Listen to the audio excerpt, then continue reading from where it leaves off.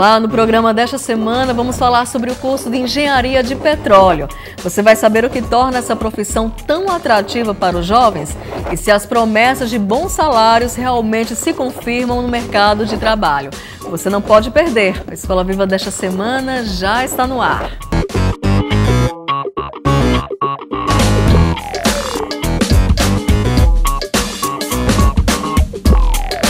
A Escola Viva começa a exibir hoje uma série de programas sobre os novos cursos de graduação em engenharia.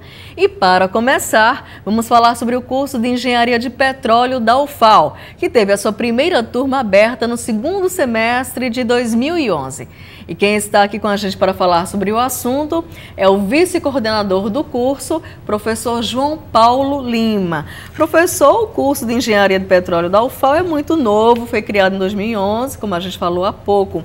O curso já tem a estrutura, digamos assim, ideal para funcionar de forma adequada? O que é que ainda precisa ser ajustado em relação ao curso, que é muito novo, inclusive? Bom, o curso de Engenharia de Petróleo na UFAL é recente, né? Nós iniciamos as atividades aí no segundo semestre de 2011 e recentemente nós passamos aí por um processo de avaliação junto ao MEC, né? Onde nós obtivemos um bom conceito, foi um conceito 4 dentro do valor máximo de 5. Muito bom, né? no ENAD, né? É um conceito muito bom no ENAD, né? Nós ainda temos alguns desafios para a implementação do curso, mas acredito que hoje nós já podemos então fornecer aí bons profissionais formados aí para a sociedade aí na engenharia de petróleo. Que bom. Agora fale um pouco das características desse curso, né? O tempo de duração, quantas turmas já conseguiram se formar, quantas já estão em andamento nesse momento, como é que está a demanda também, né, em relação às matrículas, a concorrência já é muito grande para o curso, as disciplinas mais importantes.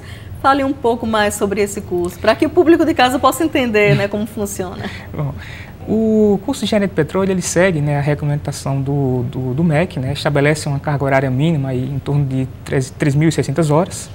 É bem puxado, curso, né? Um curso bem puxado, né? Dentro da distribuição de disciplinas, a gente tem um mínimo de 30% voltados para disciplinas básicas na área de engenharia, né, na área de física, matemática e mecânica dos sólidos e mecânica dos fluidos. E a gente tem um percentual aí voltado então para disciplinas específicas do setor voltado para a área de petróleo e gás, né? O nosso projeto pedagógico, ele segue uma recomendação aí de algumas discussões entre a Sociedade de Engenharia de Petróleo e a comunidade acadêmica, né, onde nós estruturamos todo o elenco de disciplinas em algumas áreas específicas de atuação na área de engenharia de petróleo, né? Então, nosso curso é moldado em disciplinas voltadas para a área de perfuração e construção de poços de petróleo.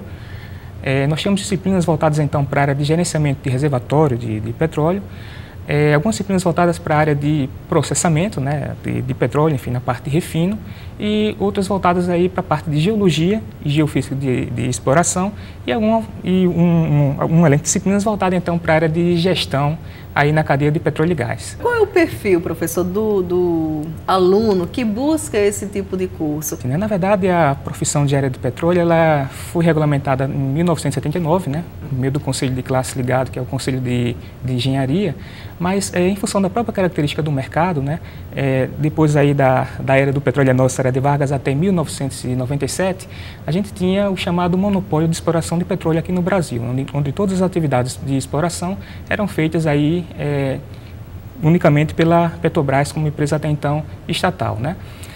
Dessa forma, então, a empresa estatal ela acabava treinando, né, os profissionais geralmente de engenharia civil, engenharia química e outras engenharias, né, a partir de um curso de qualificação para que eles pudessem atuar aí na área de engenharia de petróleo.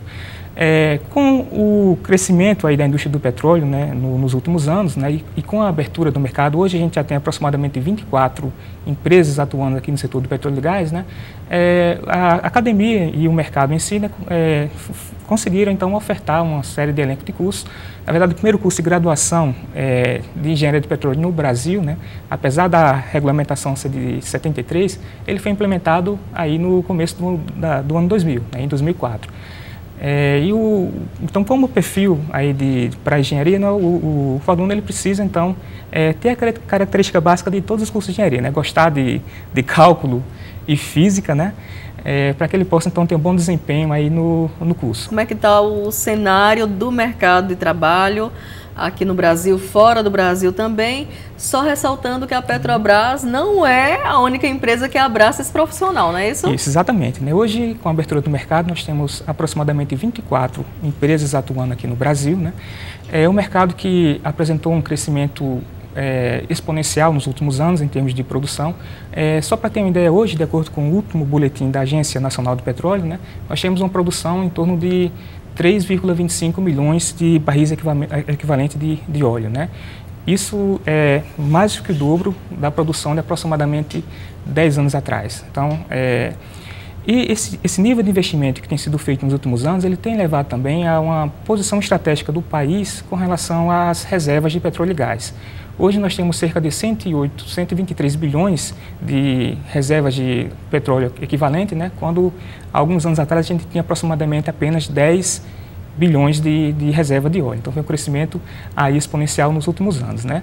O mercado ele vem, em função do preço internacional do petróleo, né, que já chegou a $100 o barril, né, nos últimos 5 anos. Né.